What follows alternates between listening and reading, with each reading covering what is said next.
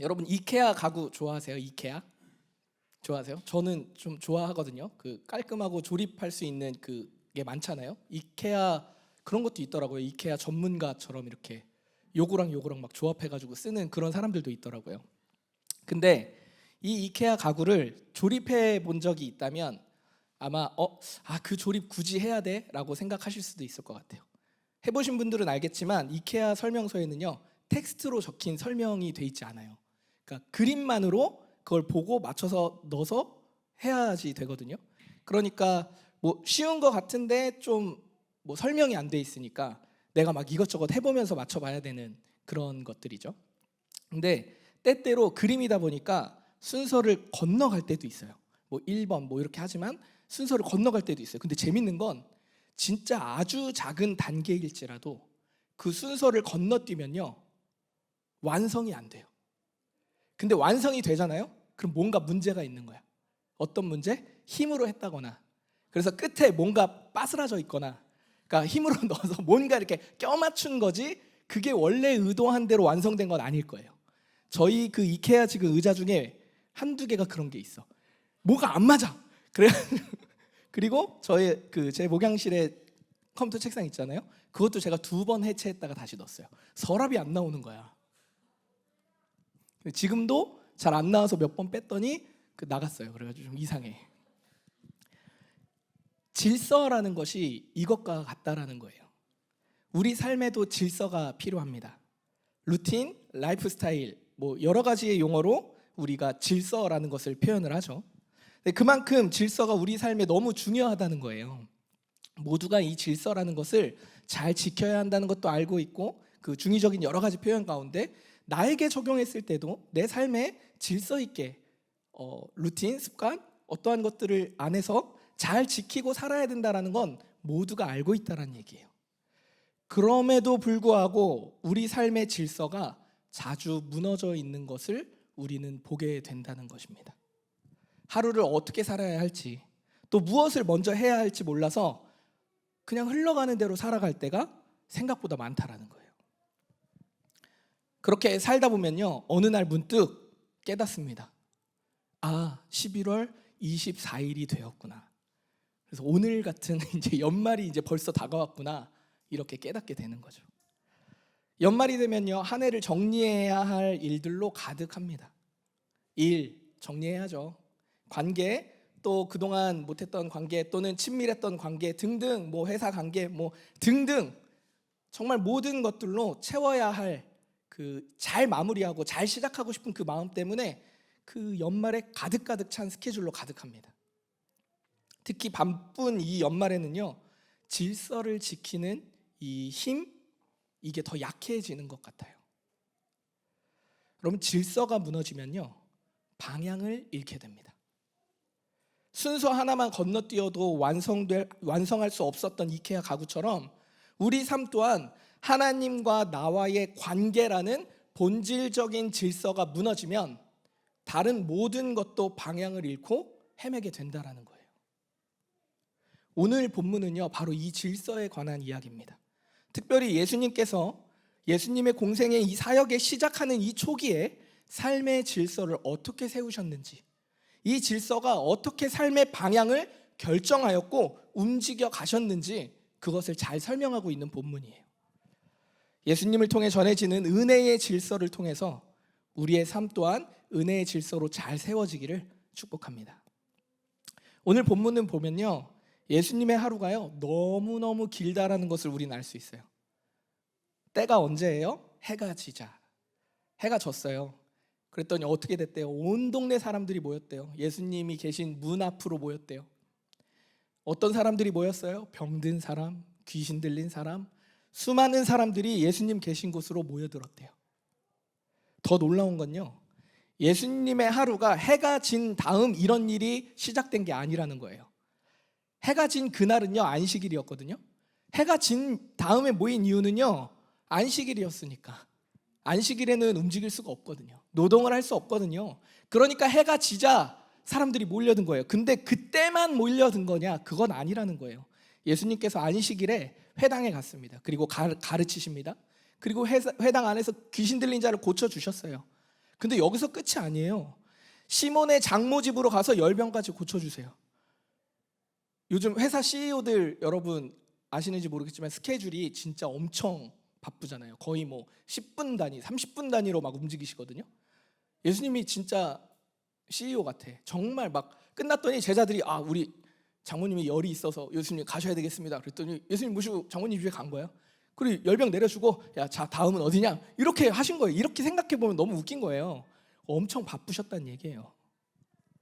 잠시에 쉴 틈이 없어요. 그러다가 해가 진 거예요. 뭐 안식일에는 노동이 금지되었으니까 부랴부랴 사람들이 예수가 사람을 고친대, 귀신을 쫓는데, 이런 소문이 막 들리니까 사람들이 막 엄청 몰린 거예요. 나도 고침받아야 되겠다. 예수님은 쉴 틈이 없었습니다. 예수님의 하루가 이렇게 길었다는 거예요.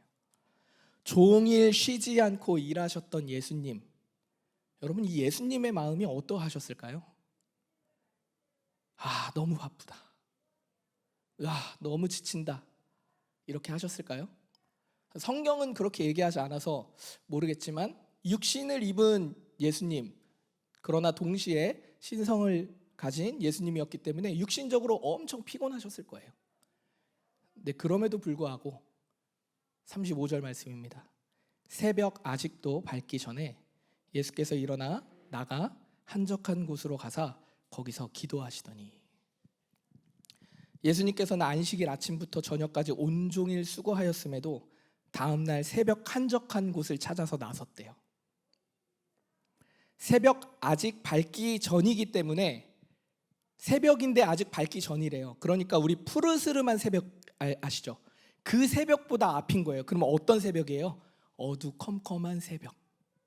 그 새벽이라고 보는 게 훨씬 더 맞겠죠? 그 새벽에 예수님이 나선 거예요. 그 시간에 한적한 곳을 찾아 나섰다는 것입니다. 예수님이 어떤 마음으로 이 한적한 곳을 나섰는가? 우리는 성경을 통해 예수님이 무엇을 위해 가셨는지 알지만, 만약 성경을 몰랐다면 어떻게 생각했을까요? 수많은 사람들을 좀 피하고 싶은 마음이 있지 않았겠어요? 성경을 몰랐다면 우리가 또야? 언제까지? 쟤네들 저 줄 쓴 거 봐. 어떡하냐? 저라면 그 기도하러 한적한 곳에 가는 게 아니라 저라면 몰래 피해서 갔을 것 같아. 뒷문 몰래 쪽문으로 나가서 나 이제 이러다 죽을 것 같은데? 이러고 도망갔을 것 같아요. 그런데 예수님이요, 자신을 필요로 하는 수많은 사람들을 피하기 위해 한적한 곳을 가신 게 아니라는 거예요. 분주함 속에서 질서를 회복하기 위해서 그 한적한 곳을 찾아 나섰다는 것입니다. 한적한 곳을 우리가 세번역으로 읽어보니까 뭐라고 표현해요? 외딴 곳이라는 표현을 하죠.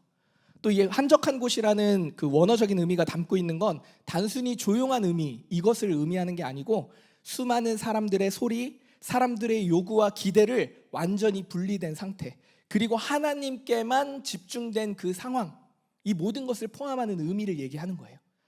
그러니까 지금 예수님께서는 하나님과의 깊은 교제를 통해서 질서를 회복하고자 하셨다라는 것입니다. 예수님의 회복을 지금 예수님과 하나님과 깊은 교제 가운데 기도하고 계세요. 어두컴컴한 모두가 잠든 그 시간에. 그런데 예수님의 이 회복을 방해하는 자들이 있어요. 누구죠? 아무것도 모르는, 그저 예수님의 인기 이거에 취해서 자신들도 피곤하지만 싱글벙글한 제자들. 그리고 제자들이 예수님을 막 찾다가 만났어요. 그리고 뭐라고 얘기해요? 예수님, 사람들이 예수님을 찾고 있습니다. 무슨 말이에요? 예수님, 사람들이 아직 많습니다. 빨리 가서 예수님 그 능력 보여주세요. 고쳐주세요. 우리 인기가 더 널리 퍼져갈 수 있도록, 예수님이 더 유명해질 수 있도록, 예수님이 더 많이 알려져서 예수님이 진짜 메시아임을, 유대의 왕으로 오셨음을 알려주세요. 우리 피곤하지만 예수님, 아직 사람들이 많아요. 이 얘기예요. 물 들어올 때 너 한번 저어봅시다. 요거 하는 거예요. 제자들이 지금 그 의미가 담겨 있는 겁니다. 예수님의 신적 능력을 본 사람들, 제자들도 봤잖아요. 그러니까 막 기회라고 생각한 거예요. 제자들은 예수님이 지금 이 땅에 왜 오셨는지 알 수 없습니다. 왜 귀신들에게 조용히 하라고 말씀하셨는지 제자들은 지금 알지 못해요. 그냥 예수님이 말씀하셨으니까 뭐 그냥 별 생각 안 하고 넘겼겠죠. 왜냐하면 수많은 사람들이 줄 서서 막 예수님 치료받고 싶어 하니까, 기적을 보고 싶어 하니까. 그러나 예수님께서는 언젠가 그들이 깨닫게 되겠지 하고 그저 묵묵히 이들을 받아주시고 무엇 하십니까? 질서를 세우세요. 내가 하나님과의 깊은 교제의 질서, 관계의 질서를 세우시는 거예요. 분주한 연말, 우리에게도 이 질서를 회복하는 자리가 필요함을 깨닫게 됩니다. 분주함을 해결하는 것이 중요한 일이라고 느껴지기 시작하면요, 나의 일에 집중하기 시작합니다. 그러면 질서를 잃게 돼요. 결국 그때 우리는 제자들과 같이 예수님에게 요구해요. 분별 없이. 예수님, 나 이렇게 바쁜데 요거 해주셔야죠. 요거는 해결하고 가야 내가 좀 정리되지 않겠어요? 그래야 새해에, 그래야 예수님을 위한, 하나님 나라를 위한 무언가 하지 않겠어요? 그 아내랑 재밌게 본 릴스 하나가 있어요. 그 AI로 만든 것 같던데, 그 예수님이랑 이제 제자는 아니고 이제 뭐 그냥 일반 사람이에요. 근데 그 AI인 것 같아. 근데 이제 사람이 왜 저라고 해볼게요. 제가 막 갔어요. 근데 예수님 계속 뒤따라 오시는 거예요. 그래서 제가 막 걸어가다가 예수님 왜 이렇게 자꾸 따라오세요? 우리 어디 가는 거예요? 이렇게 얘기했더니 예수님이 나 너 따라온 건데? 저는 이게 너무 기억에 남더라고요.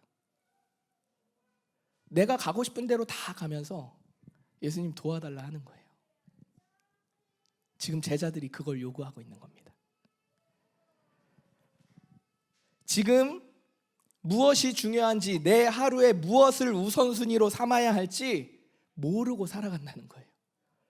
연말 주어진 삶도 정신이 없는데 수많은 사람들과의 약속들, 그 요구들, 좋기도 하면서 안 하면 안 될 것 같은데 또 하여튼 그 수많은 일들이 내 삶을 막 가득가득 채워요. 결국 온 힘과 에너지를 쏟다가 뭐가 돼요? 번아웃이라는 것이 찾아옵니다. 이렇게 질서가 무너진 삶은요, 생각보다요 훨씬 더 많은 우리의 실제적인 삶의 장벽들이 생기게 돼요. 실제적인 우리의 장벽들이 둥둥둥 생기게 된다는 거예요. 가장 먼저 무엇인지 아십니까?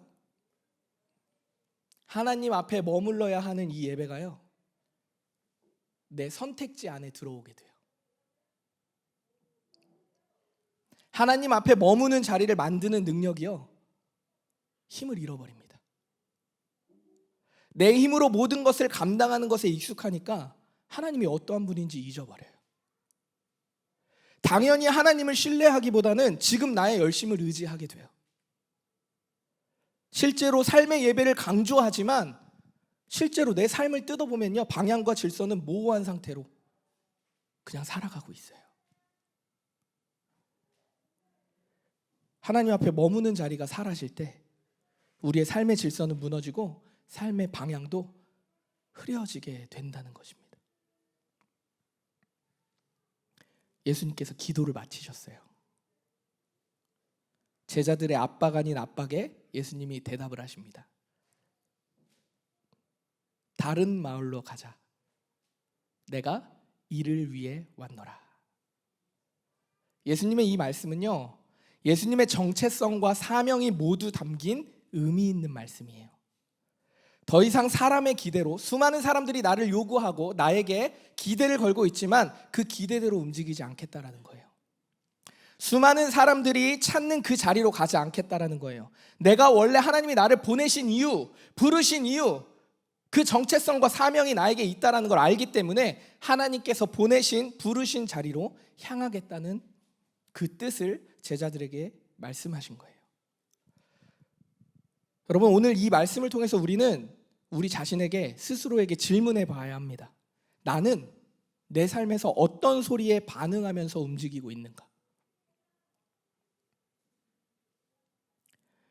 은혜의 질서를 회복하는 저와 우리 올디너리 모든 성도님들 되시기를 그리스도의 이름으로 축복합니다. 우리의 노력과 애씀이 먼저가 아님을 깨달아지기를 축복합니다. 우리의 중심이 정말 잘 세워져야 해요. 이것을 뭐라고 하냐면 정체성이라고 하죠. 이것이 은혜의 질서라고 얘기하는 거예요. 우리의 정체성이 세워지지 않으면요, 그 다음을 갈 수가 없어요. 조립이 안 된다니까요. 우리가 누구의 음성에 반응하면서 살 것인가 움직일 것인가, 이 질문은 우리의 정체성을 깨닫게 하는 질문이거든요. 우리가 다 알고 있는 내용 한 번 더. 하나님께서 그리스도 예수를 통해서 우리를 자녀 삼으셨어요. 성준아, 넌 내 자녀야, 내 아들이야. 어떻게 해요? 사랑으로 품으셨어요. 제가 말씀드렸잖아요. 하나님이 이제 두려움의 하나님이 아니라 사랑의 하나님으로 느껴지는 그 시간을 내가 겪고 있다고. 사랑으로 품으시는 하나님을 맛보게 된다는 거예요. 온전하고 완전하신 사랑을 우리에게 먼저 다가오셔서 품어주셨다라는 것입니다. 그래서 우리가 어떤 정체성을 갖게 됐어요?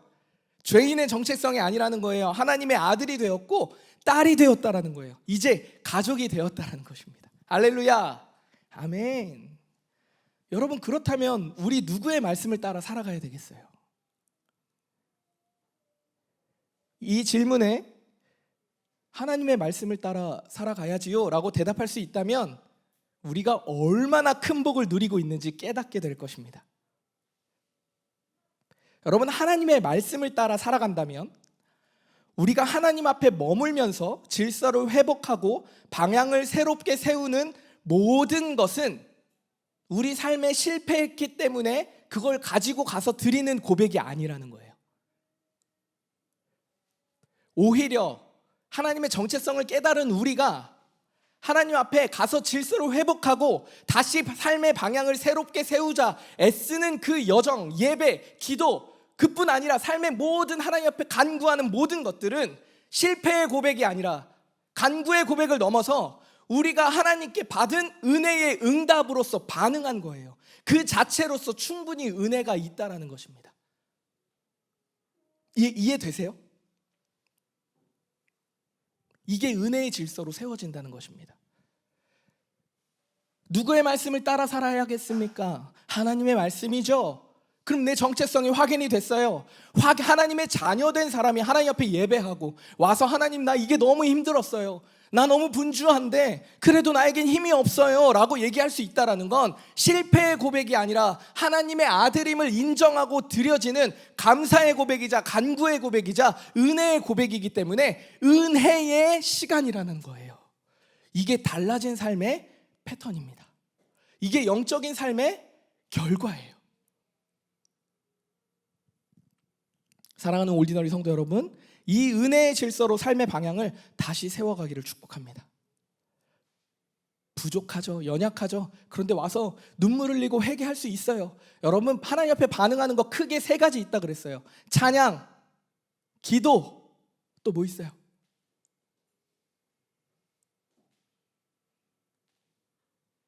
감사.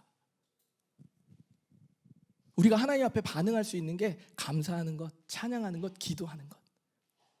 뭐 너무 많겠죠. 그런데 하나님 앞에 나와오는 거예요. 회개도 하는 거예요. 회개, 감사, 기도 다 드리는 거예요. 하나님 앞에 회개도 하고 감사도 하고 찬양도 했다가 기도도 했다가. 우리가 못해서 우리가 못한 걸 채우려고 하나님 앞에 나아가는 것이 아니라 실수하고 넘어지고 부족해도 하나님께서 나아가는 것이 우리가 받은 은혜의 응답이기 때문에 나아가는 것입니다. 이것이 은혜의 질서라는 거예요. 믿어지길 축복합니다. 실제로 우리의 삶에 은혜의 질서가 세워지길 바라요. 우리를 부르신 하나님께서는요, 하나님 앞에 머물 수 있는 이 자리도 분명 우리에게 허락하십니다. 오늘 여러분 말씀을 들으시면서 또 막 적으시면서 말씀을 그 마음 가운데 성령께 좀 간구해 보세요. 그리고 결정하십시오. 내가 하루 중에 한적한 곳, 외딴 곳, 세상의 소리와 단절된 곳에서 하나님을 만나겠다라는 간구의 기도를 오늘 이 시간 결정하고 기도해 보십시오. 이왕이면 매일 같은 시간, 같은 장소면 더 좋습니다. 시간이요? 상관없습니다. 5분이어도 돼요. 3분이어도 됩니다. 다만 그 시간이 진실되어야 합니다. 그냥 내 하루 스케줄에 흘러가는데 대충 껴놓는 시간 말고 가장 먼저 떼어놓는 시간, 이 시간이 내가 온전히 하나님께만 집중할 수 있는 한적한 외딴 곳이 될 수 있는 그 시간, 장소를 마련하는 거예요. 5분이어도 좋습니다. 그것을 오늘 고민하시면서 기도하시면서 결정해 보십시오. 반드시 하나님께서 그 상황을 우리에게 허락하시는 줄 믿습니다. 출근 전 신발장 앞에서 옷 다 입고 루틴이 필요하다면 신발장 앞에서 한번 5분 기도해 보십시오. 문 열기 전에 거기 서서 점심 식사 이후에 산책하고 들어와서 5분만 일찍 들어와서 오후 일 시작하기 전에 딱 5분만 앉아서 기도 드려 보십시오. 아니면 말씀을 보든지 아니면 잠시 침묵하든지. 할 수 있다면 알람을 맞추는 것도 좋습니다. 저는 알람이 거의 생활화가 돼 있어가지고 이제 지킬 수가 없어요. 저는 너무 바빠가지고, 바쁜 게 아니라 내 정신이 없어서 약 먹는 시간도 다 알람을 맞춰놨어요. 그래서 오늘도 1시 50분에 맞춰놔가지고 띠리리링 울리길래 세아야 아빠 물 좀 약 좀 갖다 줘 막 이렇게 하고. 무엇이든 우리가 하나님과 그 관계 가운데 은혜의 질서를 세우는 그 여정에 힘을 내어야 한다라는 거죠. 무엇이든 해볼 수 있습니다. 성령 하나님께서 우리 마음 가운데 힘과 능력을 주시는 줄 믿습니다. 이 하나님과의 관계를 세우는 예배, 이 자리는요, 의무로 해야 하는 자리가 아니에요. 우리를 은혜의 자리로, 믿음의 여정으로 초대하는 자리라는 거예요. 하나님의 앞서 일하심에 동참하는 삶이 되도록 우리를 초대하시는 자리라는 거예요. 이 예배를 통해서 우리의 정체성을 다시 한번 확인하는 거예요. 내가 누구였는지 다시 확인하는 시간입니다. 그리고 우리가 얘기하는 평범한 일상으로 돌아가서 내가 누구로 어떻게 세상 가운데 살아갈 것인가. 다른 마을로 가자. 내가 이를 위해 왔노라. 그리고 마지막 절 예수님이 무엇 하셨죠? 갈릴리 전 지역을 다니시면서 전도하셨습니다. 복음을 증거하시고 귀신 들린 자를 고치셨습니다. 여러분, 하나님과 마주한 자리를 세워가기를 소망합니다. 그렇게 마주한 자리에서 이렇게 한번 기도를 드려보십시오. 하나님, 오늘 하루 나를 어디로 부르셨습니까? 내가 오늘 무엇 하기를 원하십니까? 여러분, 이 질문 답을 내리지 않아도 좋은데요, 이 질문을 하고 하루를 살아가는 것과 그냥 살아가는 건 달라요. 특히 이렇게 분주한 연말에는 더욱이 그렇습니다. 하나님, 오늘 하루 나를 어디로 부르셨습니까? 내가 무엇 하기를 원하십니까? 나의 보내신 자리를 한번 물어보는 거죠.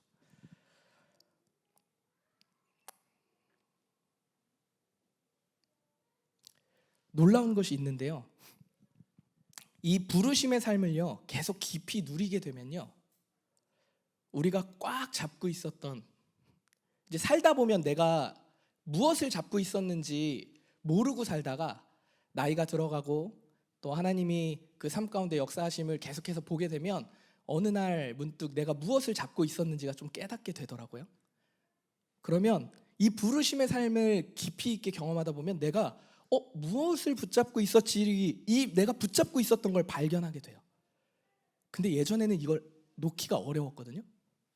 근데 부르심을 확신하고 누리게 되고 하나님의 은혜와 역사하심을 경험하게 되면요, 이 내려놓는 힘 또한 함께 경험되어지더라고요. 이것을 다른 말로 평안이라고 부릅니다.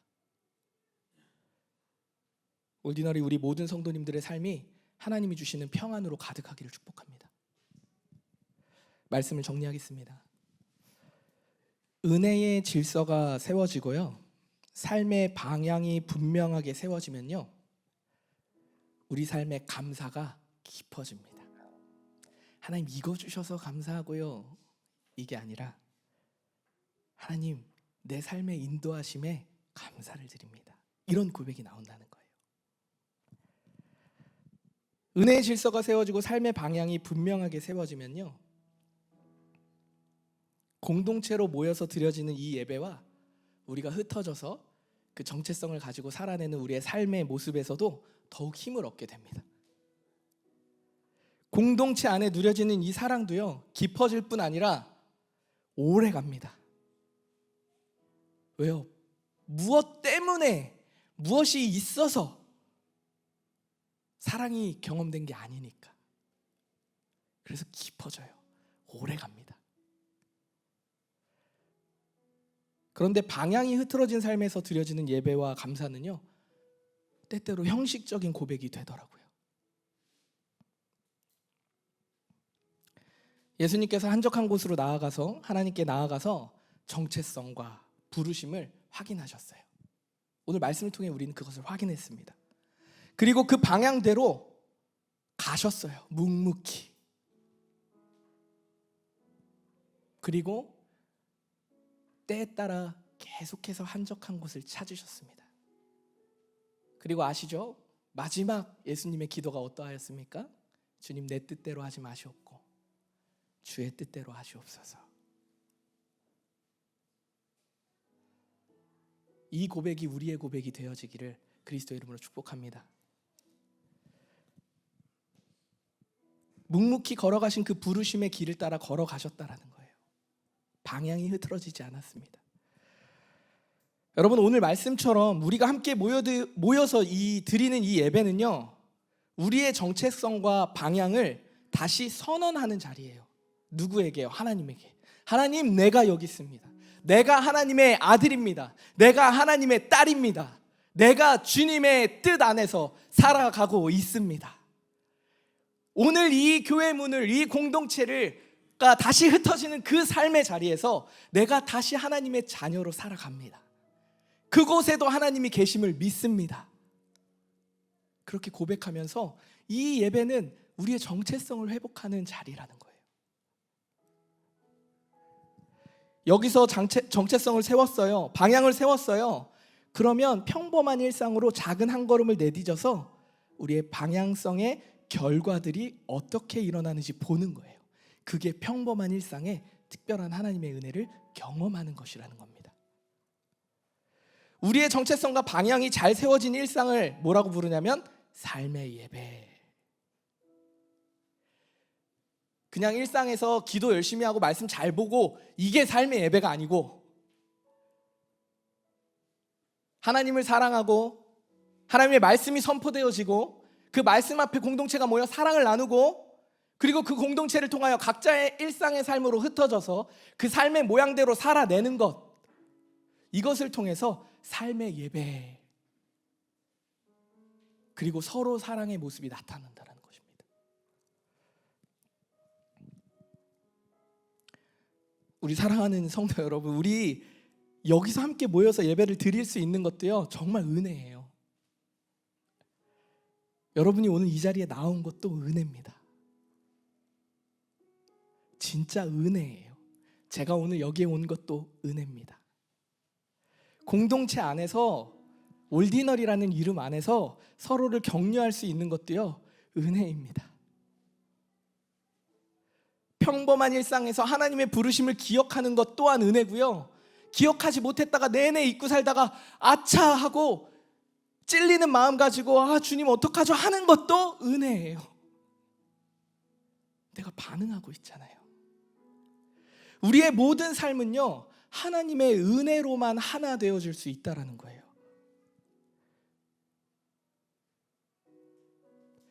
공동체의 예배와 하나님의 삶으로 연결되어지는 그 삶의 예배와, 그리고 그 안에 하나님의 은혜로 가득 채워지는 이 모든 것이 하나 되어서 하나의 리듬으로 세워질 때, 이걸 우리는 은혜의 질서라고 얘기한다는 거예요. 혹시 연말 분주함 가운데 방향을 좀 잃으신 분 계십니까? 주변 사람들의 기대와 요구가 있는데 그것을 채우지 못해서 내 마음에 무거운 짐으로 남아서 한 해를 마무리해야 될 것 같은 그 걱정에 사로잡히신 분들 계십니까? 또는 그냥 내 일상이 너무너무 지쳐서 그냥 한 해가 너무 힘들기만 해서 지친 분들 계십니까? 오늘 우리에게 다시 한번 말씀을 통해 그 초대가 주어졌어요. 은혜의 질서 안에서 다시 방향을 세우라는 그 초대입니다. 하나님의 자녀로, 아들로, 딸로 그 은혜로운 초대에 응답하는 우리 사랑하는 모든 성도님들, 그리고 제가 되기를 예수 그리스도의 이름으로 축복합니다.